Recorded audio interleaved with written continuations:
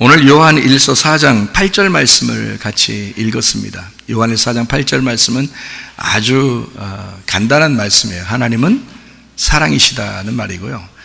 사랑을 하지 아니하는 자는 하나님을 알지 못한다 그랬습니다. 그러니까 우리가 하나님을 잘 아는 것이 영생이라고 요한복음 17장 3절에 말씀하고 있거든요. 그러니까 하나님을 잘 알아야 됩니다. 하나님이 어떤 분이신지를 우리가 알아야 된다는 거예요. 하나님이 사랑이라는 걸 알아야 된다는 거예요. 그러니까 하나님을 알게 되고 하나님이 우리 속에 있게 되면 반드시 그 사람은 뭐 하게 된다는 거예요? 사랑하게 된다는 거예요.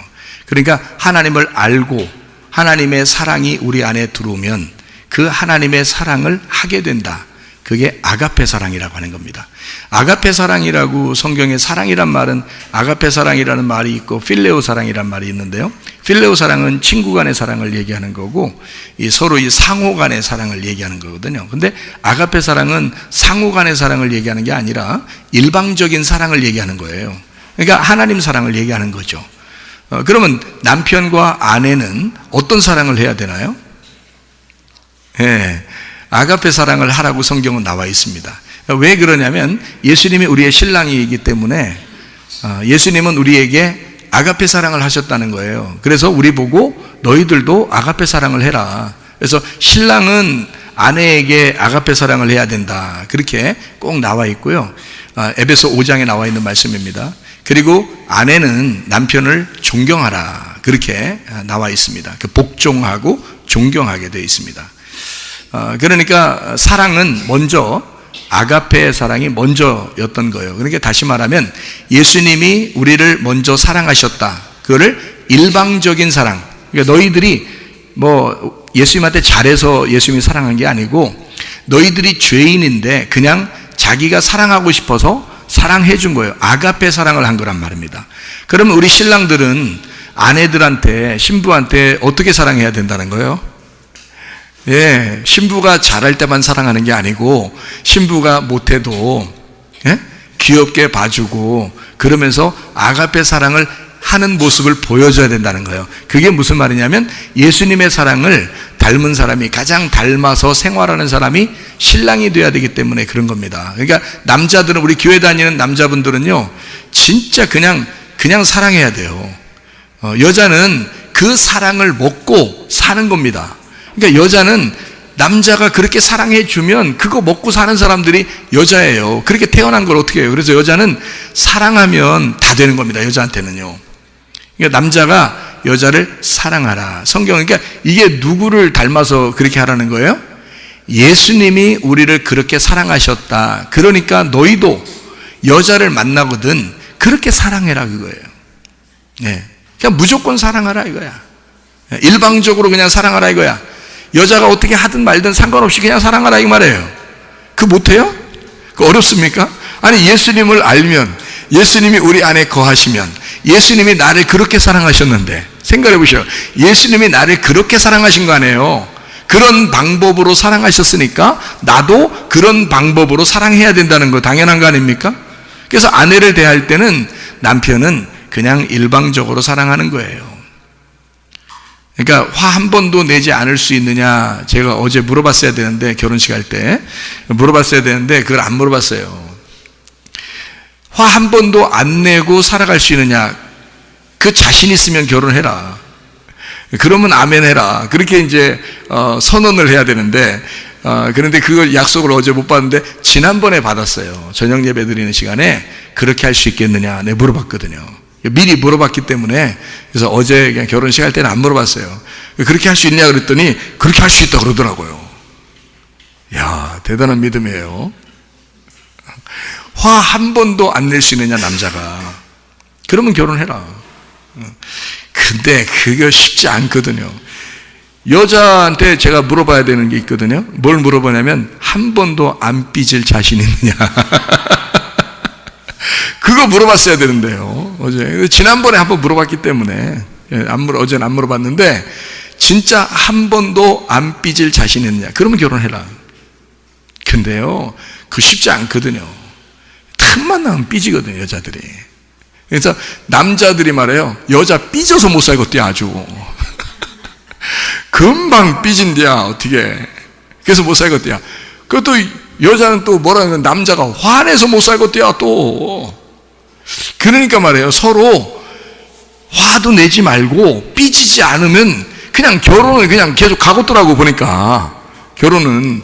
그러니까 화내지 않고 삐지지 않는 방법은 어떻게 하느냐 봤더니, 먼저 성경에도 순서가 있잖아요. 교회가, 신부가 먼저 신랑을 사랑하는 게 아니야. 신랑이 먼저 신부를 사랑했어요. 그러니까 예수님이 우리를 먼저 사랑했다고요. 어떻게 사랑했냐? 자기 목숨을 버려 사랑했다고요. 그러니까 죽기까지 사랑한 거야. 그러니까 죽음으로써 사랑을 완성해버린 거예요. 아니, 그러면 신랑이 어떻게 해야 돼? 우리가 주님 닮아가야 되니까, 성경 따라가야 되니까, 신랑이 그냥 죽음을 각오하고 사랑하면 돼. 그러면 여자가 안 따라오겠어요? 그런 신랑인데 당연히 따라가지. 주님이 목숨 버려 나를 사랑했으니 주님이 죽음으로써 그 사랑을 완성해서 나를 위해서. 그러면 내가 그 사랑을, 그분이 죽음으로써 그 목숨을 버려 나를 사랑한 그 사랑은 나를 독점하신 거 아니에요. 그죠? 나에게는 내가 그분의 독점한 그 사랑을 받은 거 아닙니까? 그러면 나도 그분을 사랑하는 건 마땅한 거고, 그분을 존경하고 그분을 따라가는 건 마땅한 거란 말이에요. 그래서 우리가 교회가 모인 거고, 교회가 나를 위해서 죽으신 예수를 따라가는 자들이거든요. 그게 교회란 말이에요. 그게 신부고. 그러니까 먼저 순서가 있는데, 그게 바로 뭐냐면, 우리 교회 여러분 결혼식을 예전에 하신 분들도 또 앞으로 할 사람들도 생각을 해보세요. 먼저 누가 사랑해야 되는가? 신랑입니다. 그게 성경을 따라가는 사람들의 이 방법이에요. 그래서 먼저 신랑이 사랑하고, 그리고 아내들은 복종하는 겁니다. 그리고 존경하는 거예요. 그건 존경할 수밖에 없어. 여러분, 예수님 존경해요, 안 해요? 당연히 존경하죠. 왜? 예수님이 그렇게 우리를 사랑하셨으니까. 예수님이 그런 사랑하지 않았는데 우리가 존경합니까? 예수님을? 그렇지 않아요. 예수님이 그런 사랑을 했기 때문에 존경하지 말라게도 존경하고, 사랑하지 말라게도 사랑한단 말이에요. 그러니까 순서라는 게 있는데, 신랑이 먼저 사랑해야 한다. 그러면 아내는 그 신랑을 존경하게 돼 있고 따르게 돼 있다. 그런 말입니다. 그러니까 서로 화내지 말고 삐지지 말고 결혼 생활 아름답게 하는 거, 그 축복입니다. 제가 3대 무덤 인생에 대한 이야기를 했고요, 3대 부활의 인생에 대한 이야기를 했고요, 3대 천국에 대한 인생에 대한 얘기를 했습니다. 이게 무슨 말이냐면, 무덤에서 부활해야 된다는 말이거든요. 엄마 뱃속에서 우리가 무덤과 같은 엄마 뱃속에 들어가요. 이유가 뭐예요? 나오려고 들어가는 거예요. 그러니까 거기에 있으려고 들어가는 게 아니야. 거기서 나오려고 들어가는 거야. 결혼은 또 하나의 뭐예요? 무덤이에요. 그래서 결혼을 한다는 것은 진짜 자유를 포기하는 겁니다. 그렇죠? 내가 내 마음대로 살 수 있는 걸 포기하는 게 결혼이라고요. 그러니까 무덤에 기어 들어가는 거죠. 그게 결혼이야. 어제 우리는 동지 하나를 더 만들었습니다. 그 무덤에 들어간 동지 하나를 더 만들었는데요, 이제 무덤에 들어가는 이유가 뭐예요? 부활하려고 그러는 거예요. 그렇죠? 부활하려고. 그러니까 결혼하는 이유가 뭐예요? 괴로우려고, 슬프려고, 죽으려고 결혼했더니 알고 보니까 이것이 진정한 부활이고 참 행복이고 기쁨이었더라. 이것을 깨닫게 되는 게 결혼이란 말이에요. 그럼 우리가 이제 인생을 살다가 노년이 돼서 나중에 죽게 됩니다. 그러면 또 어디로 들어가요? 무덤으로 들어가요. 무덤으로 들어가는데 들어가는 이유가 뭐예요? 다시 살아나려고 들어가는 거예요.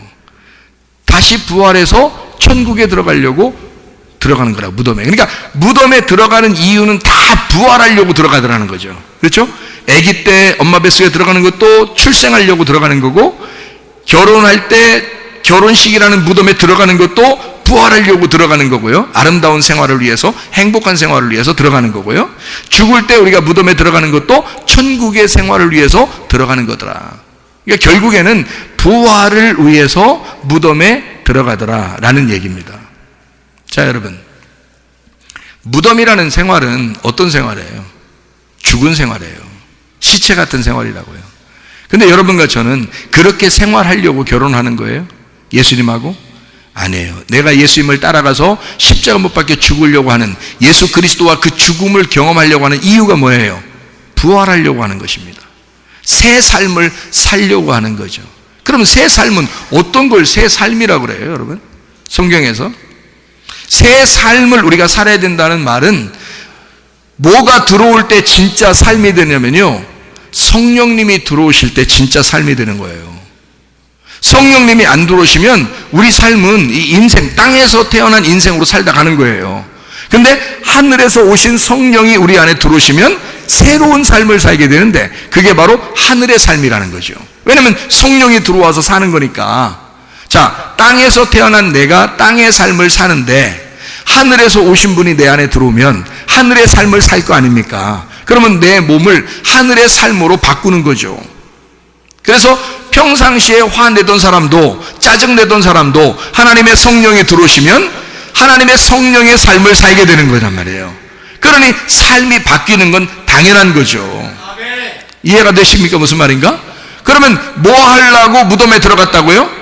부활하려고 무덤에 들어갔다고. 그러면 새로운 삶을 위해서 우리는 죽음이라는 걸 경험하고 싶다고. 십자가를 지고 자기를 부인하고 따라가는 삶은 이유가 뭐예요? 내가 새로운 삶을 살고 싶어서 그런 거 아닙니까? 그럼 그 새로운 삶이라는 게 뭐냐고요? 진리, 참된 것이 새로운 삶이라는 거예요. 여러분, 우리는 거짓된 삶을 살아가고 있었습니다. 그런데 성령님이 우리 안에 들어오시면 진리를 깨닫게 돼요. 거짓된 삶은 우리가 보이는 인생들이 다 거짓된 삶이에요. 그런데 보이지 않는 게 진짜 인생이거든요.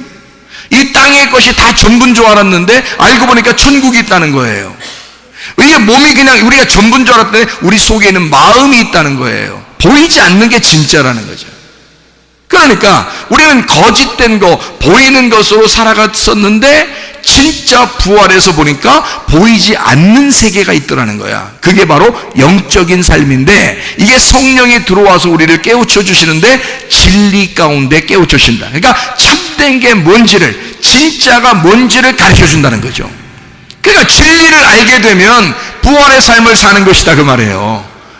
그러니까 진리는 뭐하고의 반대이기 때문에 거짓과의 반대니까 진리를 알게 되면 알게 될수록 부활의 삶을 사는 것이다, 그 말입니다.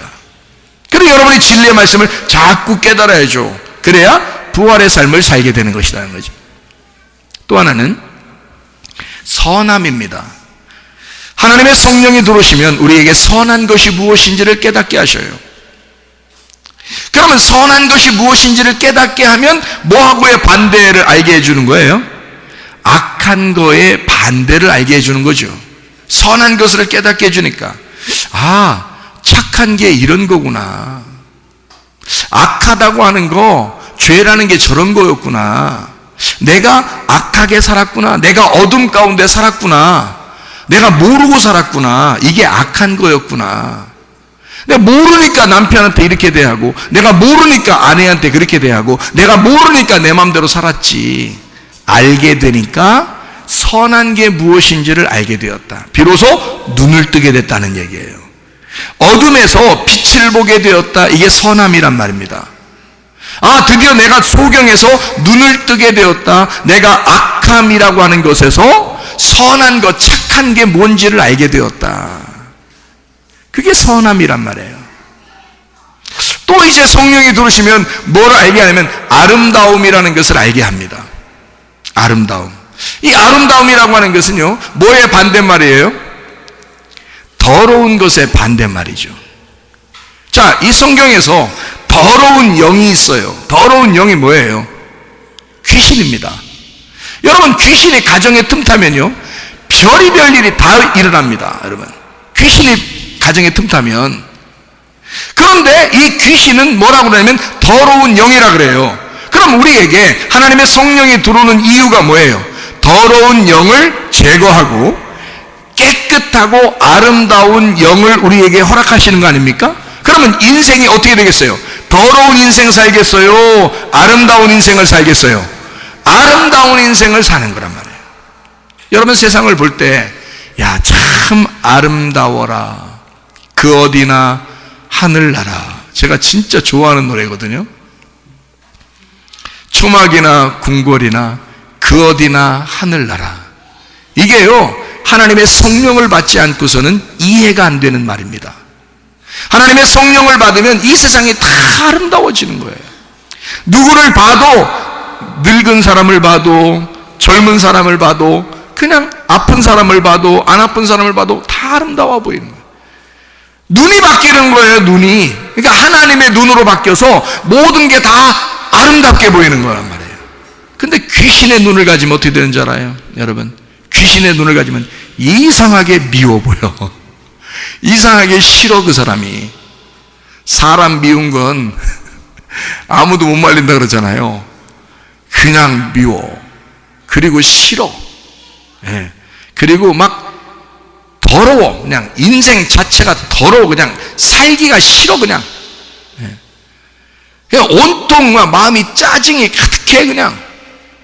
왜냐하면 뭐가 들어왔기 때문에 그런 거예요. 귀신이 들어왔기 때문에 그런 거야.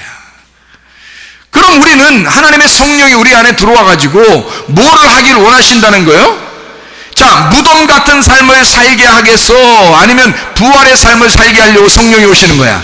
부활의 삶을 살게 하려고 성령이 오시는 거야. 그러면 무덤의 삶은 뭐라고요? 거긴 죽음의 삶이라고요. 그러니까 뭐에서 죽은 거야? 거짓에서 죽어야 된다고. 무슨 말인지 알겠어요? 거짓에서 죽어야 된다고. 악함이라는 것에서 죽어야 된다고. 무덤에 들어가야 된다고. 아, 땅의 삶이 거짓이었구나. 땅의 삶이 악함이었구나. 내가 어둠 가운데 있었구나 라는 거 무덤에 들어가야 된다고. 죽어야 된다고. 그리고 이 세상에 내가 더러운 인생을 살았구나. 거짓되고 짜증나고 화나는 인생을 살았구나. 그거 무덤에 들어가야 된다고. 무덤에 들어가는 이유가 뭐라고요? 부활하려고 들어가는 거라고. 그래서 예수 십자가 짊어지고, 나의 십자가 짊어지고, 나를 부인하고, 나를 거절하고 무덤에 들어가셔야 된다고. 그러면 거기서부터 부활한다고요. 엄마 뱃속에 영혼이 있는 게 아니라 거기서 출생하는 거라고요. 결혼이라고 하는 거 무덤에 들어가는 것 같지만 그 안에서 진짜 행복을 발견하는 거라고요. 진짜 아름다움을 발견하는 거라고요. 진짜 진리를 발견하는 거라고요. 우리 여기 전도사가 말해요. 결혼하고 난 다음에 하나님 말씀이 깨달아지더래. 하나님 말씀이 진리가 밝혀지더래. 진리를 깨닫게 되더래. 왜? 이게 결혼이라는 무덤에 들어가 버렸더니, 세상에 거기에 꽉 매여 있었더니 하나님이 이 성경을 풀어주시더라는 거야. 자, 진리를 발견하게 해주시더라는 거야. 이 선함, 하나님의 아름다움을 또 발견하게 해주시더라는 거예요. 그러니까 무덤이라는 곳에 들어가는 것은 결코 나쁜 게 아니라는 거죠. 그 죽음을 통해서, 아, 내가 죽어버려야 되겠구나. 그냥 내가 예수님 안에서 내가 죽어버려야 되겠구나. 그게 결혼이라니까요. 결혼을 괜히 하는 게 아니에요, 여러분. 결혼하고서 나 잘 살아봐야지, 이렇게 결혼을 시작하는 사람이 있어. 결혼을 시작하는 것은 무덤에 들어가는 것부터 시작하는 거예요. 결혼 식장이 어떻게 생겼어요? 무덤이요. 그게 그 무덤 안에 들어가는 거라고. 내가 오늘 여기서 들어갈 때는 나는 이제 죽었다. 이제 나는 나는 이 여자에게 꽉 매여서 사는 거다. 나는 이 남자에게 꽉 매여서 사는 거다. 끝났다. 나는 내 인생은 끝났다. 이렇게 하고 들어가는 거예요. 아니, 여전히 거기서 결혼 끝나고 난 다음에 다른 여자 보고 또 다른 남자 보고, 다른 남자하고 연락하고 다른 여자하고 연락하고 뭐. 그러니까 이제 이 속에 결혼하고 난 다음에 이 여자하고 남자하고 어떤 마음을 갖냐면, 아유, 뭐 그렇지 난 마음이 넓은 사람이야. 응? 마음이 넓은 사람이니까 나는 그런 거 다 이해해. 질투심도 하나도 안 생겨. 질투심도 하나도 안 생기고 그냥 나는 이해해. 내가 사랑하지 뭐. 그냥 나 마음대로요. 나 아무 남자한테 연락해요. 괜찮아. 어떨 땐 안 도와도 돼요. 난 마음이 넓으니까. 그거요? 그러려고 결혼한 거요? 예수님이 우리를 사랑할 때는요, 우리의 사랑을 독점하기를 원하십니다. 예수님이요. 너는 나만 바라보기를 원해. 너는 무덤에 들어와 나만 바라보기를 원한다 이 말이에요. 아무것도 바라보지 말고 너 나만 사랑해야 돼. 예수님이 그럴 거 아닙니까? 너 죽어야 돼. 그리고 자기를 거절하고 와야 돼. 그게 무덤이거든요. 그러니까 우리 보고 예수님이 그걸 요구하는 것은 너 나만 바라봐, 그 말이에요. 너 나만 사랑해야 돼. 넌 끝났어 이제 인생이. 너 세상의 흙의 인생이 끝난 거야. 너 나하고 결혼한 거야. 너 나하고 결혼하면 끝난 거야, 그날이. 너 나만 바라봐야 돼. 너 나만 사랑해야 돼. 그게 여러분, 그 사랑이 잘못된 사랑입니까? 그건 당연한 사랑이에요. 질투심이요?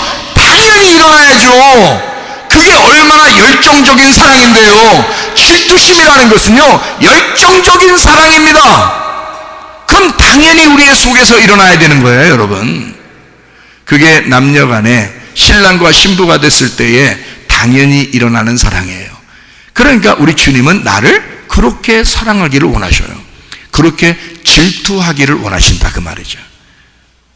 자, 그럼 여러분도 예수님에 대해서 그만큼 질투하셔요, 안 하셔요? 다른 것도 다 좋아. 이게 뭐예요, 이게 예수님하고 결혼한 거냐고. 결혼하면 다른 게 다 좋아 보이지 않아야 되는 거예요. 예수만 좋아 보여야 되는 거예요. 예수님만 그 사랑을 독점하기 위해서 예수의 사랑을 독점하는 거예요, 그게. 예수만 질투하시는 거예요. 다른 거 다 내게 좋아 보이지 않아야 되는 거예요. 예수만 좋아 보여야 되는 거예요. 그게 당연한 겁니다. 우리는 누구하고 결혼했기 때문에? 예수와 결혼한 사람들이니까. 그건 당연한 거라는 거죠. 그러니까 사랑이 모든 것이다. 하나님은 사랑이시다. 이렇게 말할 때는 하나님은요, 오직 나만 바라보겠다, 그 말입니다.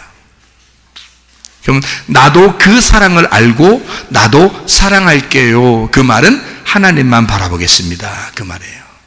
그럼 하나님만 바라보겠습니다. 그런데 여러분, 성도 이렇게 목사가 성도 이렇게 딱 바라보면 누가 보여야 돼?